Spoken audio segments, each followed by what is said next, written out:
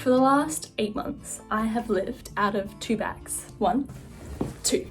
And this bag, my main bag, is only 23 litres, which really isn't a lot. My entire life has been right here. And before I unpack it, I kind of want to go through what has been with me over the last 8 months. So, I have safety belt with my passport and my hard drive, which has got all the photos and videos of my trip. This is a terabyte worth of photos and videos and edited videos, and it's pretty much full. I need a new one. But before I left, I saw this little tip of putting Velcro on this and putting the Velcro on your laptop, and I tell you, it's a game changer. Oh no, it's open. Eye mask and earplugs for the plane. The cable for this, because I was editing on the plane. My wallet, my camera, and then I also have 2 jackets. You see, somewhere between Cyprus and London, I lost my black hoodie that I left with. It just didn't make it to London. I don't know what happened. I didn't need it in Cyprus. I needed it in London and I didn't have it. So I had to buy a new jumper, and I thought I'd get a fancy Patagonia one.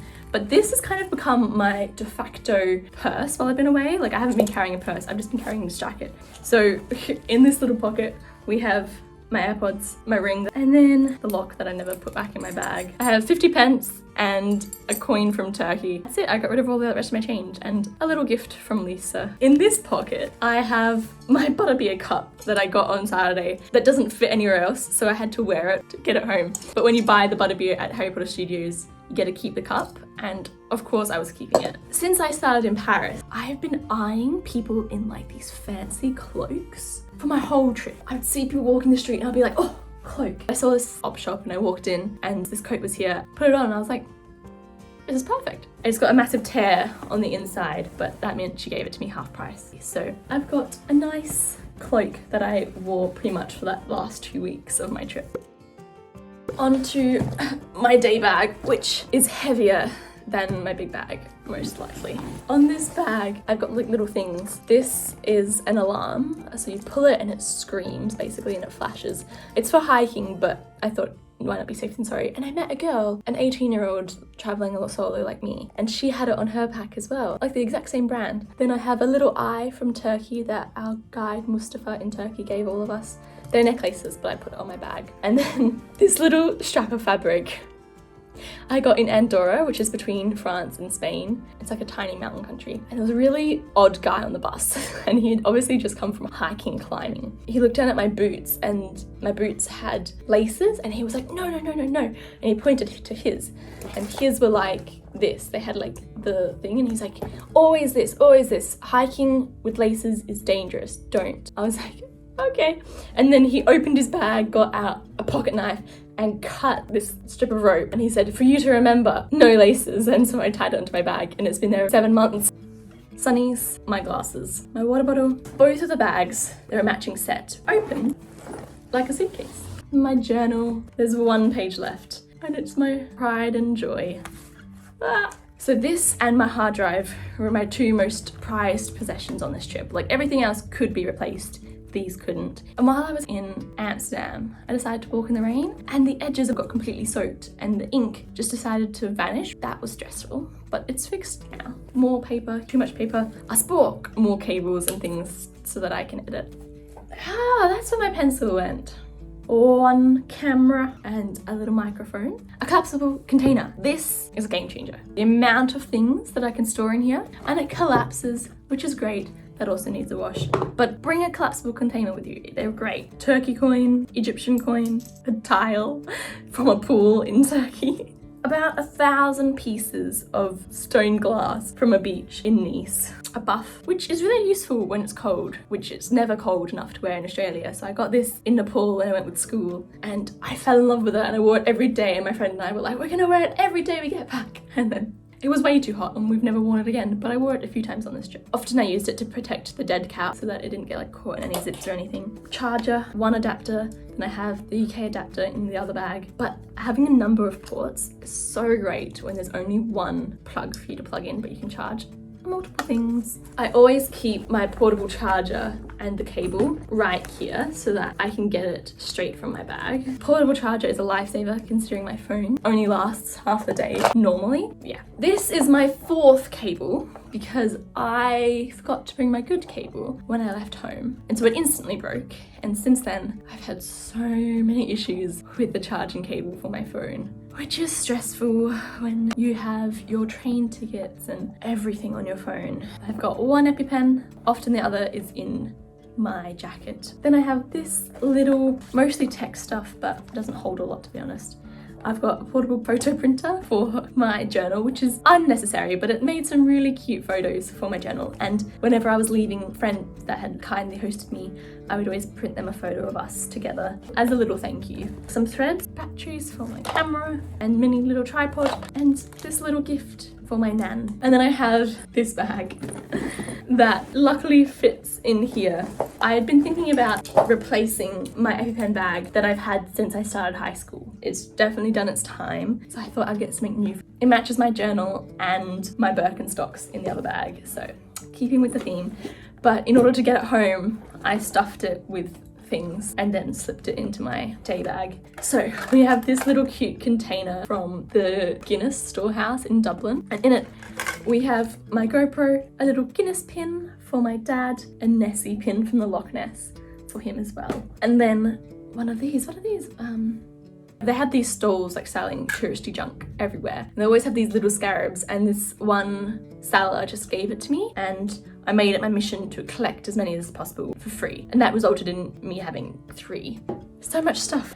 Got this cool little cassette tape. I love containers, can you tell? And a little compass that I'm gonna put on my keys. Another notebook, because you can never have too many. And my other EpiPen.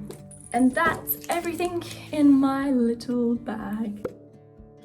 My big bag. Halfway through my trip, I had some patches and then I spent a day sewing them on. So we have Australia, and then we have the first half of my trip all the way down to Ireland, and I have the rest of my patches, so like 15 more. I have to sew them on in the next week. First things first, we have this little bag that goes on the side, and it's actually a dry sack with backpack straps. This bag doesn't have like a waterproof cover or anything, and it has lots of tassels and things, so if I ever put it under the plane, everything would be torn off. So I brought this dry sack for that, for being able to put it under the plane, and like if that got damaged, oh well.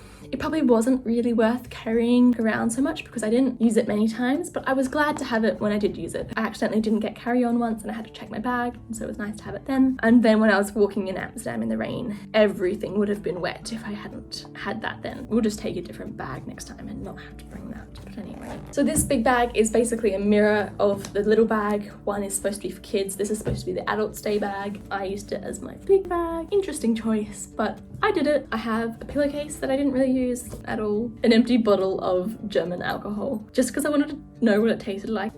And then a skipping rope, because halfway through this trip I decided that I was gonna do something a bit extreme when I came home and I needed to start working on my fitness. And in this pocket I have my laptop, my map. This is actually, I lied. I have 3 prized possessions. This, the journal, and my hard drive, because this has the names of everyone I chatted to and whose names I learned on this trip, and it has my routes drawn out along the map. I'm going to frame it and I'm gonna put it on my wall. This little painting that I got on like my 2nd week and I've been carrying around with me, and I've got some other little paper trinkets.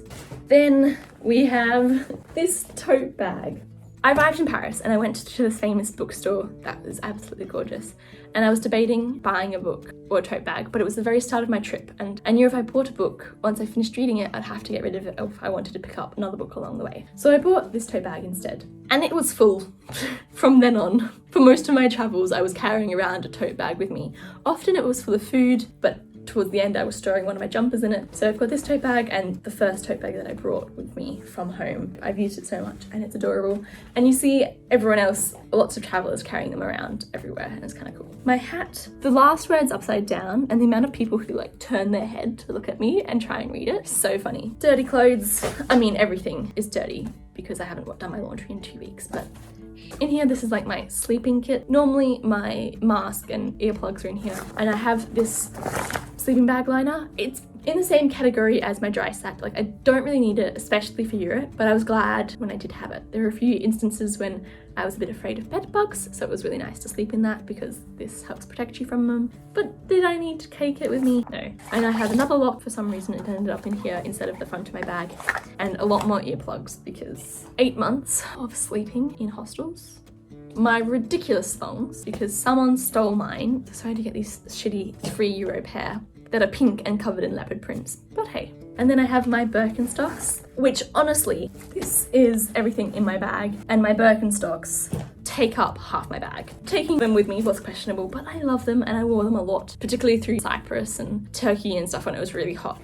I have UK adapter, my toiletries, which aren't very interesting. I don't know if anything of this is interesting, but it's interesting to me because I'll always know what I brought home now.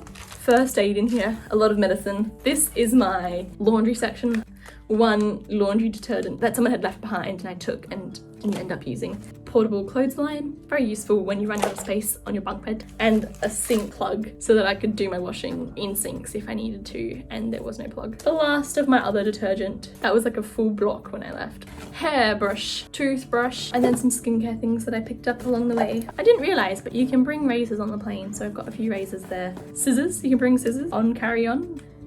And nail clippers. Honestly, things that I didn't bring with me because I wasn't sure if I would get them through security. But this from Kathmandu, it's like this and it's amazing. Ethan, my brother, has one too. He bought it for when he came to travel with me and it's hanging up in the bathroom. I'm going to hang up mine there as well. Another Kathmandu rain jacket, which I've learned on this trip isn't actually waterproof and is just water resistant. So when I was in Amsterdam, this got wet, my t-shirt got wet, my singlet got wet, and my bra got wet. And then these are my clothes. This and the clothes I'm wearing is all I took with me. So I will be glad to not have to wear these clothes for next year. I have this that has faded, just like my day bag, which was originally this colour and is now this colour. And my awesome pants. They're secondhand, but they're really nice, which is why I took them with me. Then this little one is my underwear and things like that. My one pair of shorts that act as my pajamas. A singlet, a sports bra, 2 bras, one I'm wearing, one here. The rest of my underwear and socks are in here because they stink. My main one, I have 1 t-shirt, 2 t-shirts, a long sleeve t-shirt, that is my pajama top, leggings, my second pair of pants, which have pockets, really nice pockets, like these men's pants that I'm currently wearing. Pockets are so nice. Come on, women fashion. Pockets! Seriously.